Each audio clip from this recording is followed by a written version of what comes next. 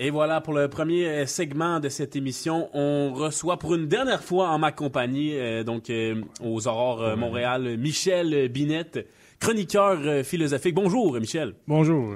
Merci d'être là encore une fois. Très content de cette dernière chronique. On a un beau 15 minutes là pour parler en long et en large des bilans de fin d'année et des résolutions pour la nouvelle année. Ça s'en vient. On est déjà à quelques jours de la fin de cette année. Donc, en fin d'année, c'est le moment des bilans, comme je disais.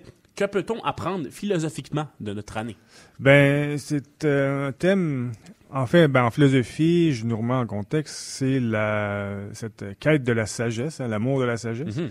Et en fait, notre sagesse première, appelons-le comme ça, c'est notre vécu, en fait. Qu'est-ce qu'on peut apprendre de notre vécu comme être humain, comme citoyen, comme individu?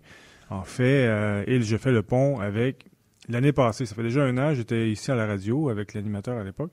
Et j'ai fait un peu ce même thème. Donc, ce que je veux faire aujourd'hui, c'est comme un peu ce pont. OK. Pour ceux qui peuvent aller chercher dans les archives de l'année passée. Je ne me souviens pas de la date. Ouais, c'est ça. Mais en fait, l'idée, c'est que de nous rappeler qu'on est sur ce vaisseau spatial qui s'appelle la Terre. Et puis, elle fait des cycles. Et donc, elle nous rappelle, par son mouvement naturel, en fait, notre vie est cyclique. Mm-hmm. Donc, on peut nous-mêmes se relier à ça en faisant des bilans annuels, c'est-à-dire qu'est-ce que j'ai appris de mon année. On peut profiter de ce qu'on appelle cet anneau complet, l'année. Mm-hmm. Donc, on a accompli un cercle complet. Donc, on peut voir, est-ce qu'on est à la même place que l'année passée? C'est pour ça que si on a fait des résolutions en début d'année, cette année, maintenant, on est à l'heure des bilans. Est-ce qu'on a réussi à apporter quelque chose? Mm-hmm. Est-ce qu'on a réussi à changer quelque chose, surtout en nous? Est-ce qu'on est plus patient? Est-ce qu'on est plus courageux? Est-ce qu'on est plus... toutes les vertus qu'on peut imaginer, qu'on a voulu mettre en action, en fait. Ce sont nos réels... C'est ça qu'on peut apprendre philosophiquement, c'est-à-dire prendre le temps de réfléchir, voir qu'est-ce que j'ai accompli cette année et qu'est-ce que je peux extraire qui va m'être utile pour la prochaine année, en fait. Voir si on a évolué, en fait. C'est ça le bilan. Parce que si on est là comme être humain, on n'est pas là juste pour s'amuser, ça fait partie d'eux. J'ai rien contre. Faut que ça soit plate non plus. Faut avoir du fun. Oui, exactement. Mais le point, c'est, qu'est-ce que je retire de mon vécu, en fait? Sinon, c'est comme si, je vais passer du temps, puis j'ai brûlé du temps, puis that's it. Non, en fait, ce qu'on veut, c'est apprendre un petit quelque chose chaque année pour être un peu plus sage, justement, un peu plus... je dirais, la sagesse, je la relie aussi à la liberté parce qu'on sait ce qui dépend de nous et ce qui ne dépend pas de nous, pour faire le pont avec notre dernière chronique avec les stoïciens. Oui. C'est-à-dire arrêter de perdre son temps avec des choses que finalement, on n'aura pas vraiment de pouvoir, mais plutôt se concentrer sur ce que je peux changer, en fait. Donc, la fin de l'année, comment est-ce qu'on peut la vivre avec la philosophie? Puis est-ce que la philosophie peut nous aider à maintenir nos résolutions? Puis est-ce que c'est important d'en avoir aussi à l'approche de la nouvelle année? En effet, parce que c'est l'idée de se fixer, de le voir d'une façon, c'est comme un objectif annuel qui peut s'inscrire dans un but plus grand. C'est-à-dire un but plus grand, c'est à la fin de ma vie, est-ce que j'aimerais avoir accompli quelque chose? Qu'est-ce que je veux laisser dans le monde? Qu'est-ce que je veux, ou plutôt qui je veux être une fois que je m'imagine à la fin de ma vie? Si je regarde dans le passé, qu'est-ce que j'aimerais avoir accompli? Qu'est-ce que j'aimerais avoir transformé? Est-ce que je veux avoir changé quelque chose? Ou je veux être le même et que ce soit comme linéaire? Et au niveau des résolutions, c'est ça. Ouais. Au niveau des résolutions, en fait, l'important, c'est de faire ce bilan. C'est pas le temps d'être arrivé à changer quelque chose. C'est plutôt, si j'ai pas réussi à changer quelque chose, moi, que je sache pourquoi. Mm-hmm. Parce que souvent, on entend, mettons, je donne un exemple très simple au niveau du gym. Souvent, les gens, en début d'année, je vais m'en remettre en forme. Et là, les abonnements au gym explosent en mois de janvier. Les gyms sont pleins. Mais après février, mars, il n'y a plus personne. Donc, c'est très commun de voir qu'il y a des bonnes intentions au début et finalement, ça se perd dans le temps. Donc, c'est ça qui est à voir ou plutôt à prendre conscience. Je me suis fait des objectifs, je ne suis pas arrivé. Et pourquoi? Et ça va être là ma matière sur laquelle je vais travailler. Si je suis arrivé aussi, pourquoi j'y suis arrivé? Par exemple, le gym. Ben, je voulais y arriver, me remettre en forme. Bon, je voulais avoir une constance sur l'année. Ouais. Je suis pas arrivé. Donc, qu'est-ce qui s'est passé? Bon, manque de motivation. Ouais, pourquoi manque de motivation? Ah, j'ai perdu de vue, mes objectifs, j'ai fait autre chose, ça me tentait plus.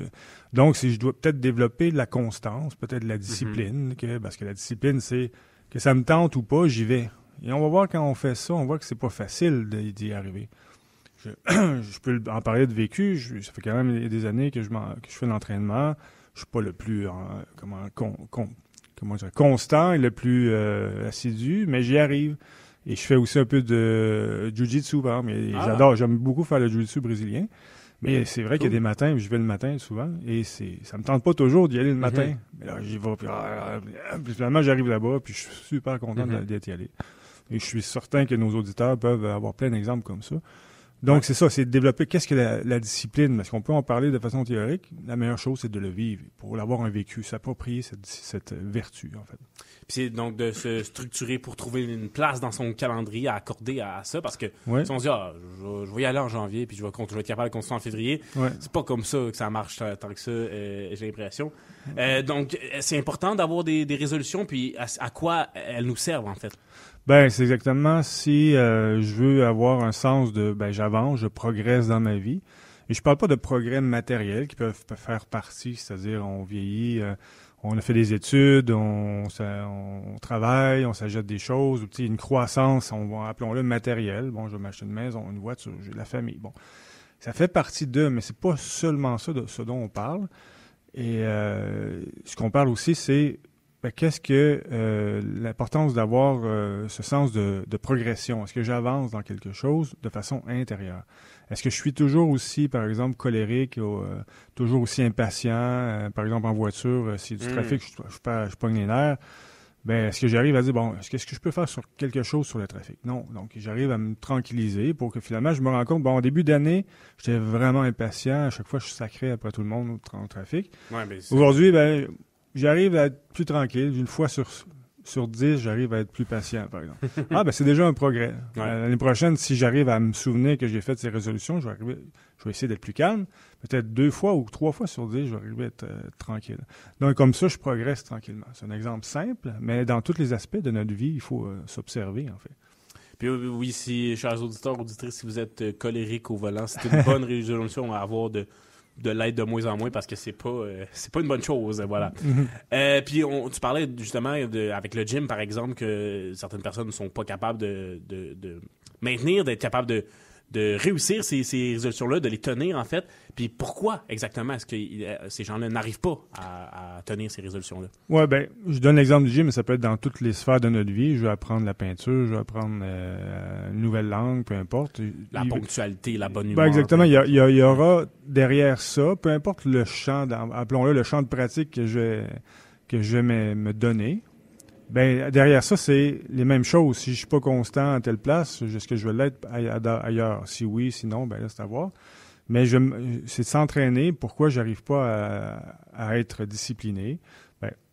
Qu'est-ce qui se passe, en fait? Il y a peut-être un dialogue intérieur. Le matin, je me réveille. J'avais dit que j'allais à 6 heures du matin.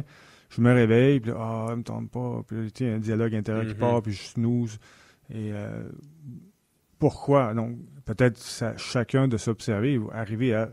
je me suis dit 6 heures, j'y vais. Et là, je me donne le dialogue intérieur qui part, la cassette qui part, qui dit « ça me tente pas ». Je la mets de côté. Je la vois, mais je la mets de côté, puis je mets peut-être je trouvais des trucs pour intermédiaires pour y arriver. Je prépare tout mon stock pour être mes souliers. Tout est prêt. Tout ce que j'ai la veille, je me prépare. Tout ce que j'ai à faire, c'est l'enfiler, et puis je m'en vais. Donc, pour ça, pratiquer tranquillement, et je dirais que ça va toujours être difficile. Il faut comme s'habituer à ça. Ça sera jamais facile parce que dès qu'on se met en mouvement, il y a toujours une résistance au mouvement. Ouais. La matière est comme ça, c'est-à-dire notre corps physique est comme ça. Il va résister au changement, il va être inerte. Donc, ça demande une force, une volonté intérieure constante. Donc, ce que je vais renforcer, en fait, en faisant ça, c'est comme si je faisais des haltères intérieurs. C'est-à-dire, ma volonté, c'est comme un entraînement. J'arrive à faire des dumbbells avec ma volonté, en fait. Wow. Et tranquillement, elle se renforce. Et tranquillement, je peux prendre des défis plus grands. Et ça va toujours être difficile, mais c'est comme si je deviens plus fort. Donc, j'arrive à faire plus. Et c'est là que je vais observer dans le temps il y a 2, 3 ans, 4 ans, je vois, j'arrivais même pas à me lever le matin. Maintenant, j'arrive à y aller tous les matins. J'arrive même à relever d'autres défis. Comme ça, tranquillement, on arrive à se transformer et finalement être plus libre, en fait. C'est ça le but aussi d'être philosophe, c'est-à-dire d'être plus libre, de se libérer de limites que l'on s'impose parfois par ignorance ou par, comment on appelle ça, je cherche le mot, là, mais en tout cas, le point, c'est comme si j'arrive à me libérer de certaines limites que je me suis imposées ou que, sans m'en rendre compte, c'était là, en fait. Mm-hmm. Tranquillement, on se transforme, on se libère. Puis, vous le disiez, dans le cas de votre jiu-jitsu brésilien, ça peut peut-être pas nous tenter en se levant le matin à 6 heures, mais après avoir fait cette activité physique-là, après avoir fait l'action, on est fiers de nous, puis là, c'est là qu'on est content. Si on était resté couché, on n'aurait jamais eu ce sentiment. Non, exactement. Voilà. Donc, qu'est-ce que les anciennes traditions peuvent nous apprendre sur les cycles de la vie? Tu parlais de ces cycles-là, justement. En fait, la culture et la civilisation des anciens, quand je dis anciens, prenons les anciennes civilisations comme Rome, l'Égypte, les Aztèques, les Mayas. Si on observe la façon dont plutôt ce qu'ils nous ont laissé comme trace, on voit qu'ils se reliaient très bien au cycle de la vie, au cycle de l'univers, en fait. Si on prend les Aztèques, ils avaient des calendriers, c'est des fois sur des milliers d'années, et un particulièrement, comme la roue calendaire, je ne sais pas si ça dit quelque chose, mais on peut faire des recherches sur Internet. On voit qu'il y avait un calendrier qui était comme en 3 phases. Il y avait l'année, pas comme nous, il y avait aussi, d'autres phases, mais il y avait ce calendrier sur 52 ans, donc il y avait des cycles de 52 ans. Et on voit comment ils construisent, par exemple, certaines leurs pyramides. Ils construisaient à chaque 52 ans une nouvelle pyramide sur la pyramide. Et comme ça, ils croissaient, un peu comme un arbre croît par anneaux, en construisant sur ce qui est stable. Pourquoi je dis ça? Parce que c'est un exemple que les anciennes traditions nous laissent, qu'ils savaient se relier, c'est-à-dire de se faire ces bilans ou ces résolutions, c'est-à-dire qu'est-ce qu'on vise pour le prochain cycle. Une fois que c'est stabilisé, il faut y réfléchir, c'est ça nos bilans, qu'est-ce qui est stable dans ma vie, qu'est-ce que j'ai réussi à solidifier, et je construis là-dessus. Et toujours comme ça. Et c'est comme ça qu'on peut se construire soi-même, être le changement nous-mêmes, que l'on veut voir dans le monde. Si on veut voir un monde nouveau et meilleur, il faut construire sur ce qu'on construit nous-mêmes intérieurement.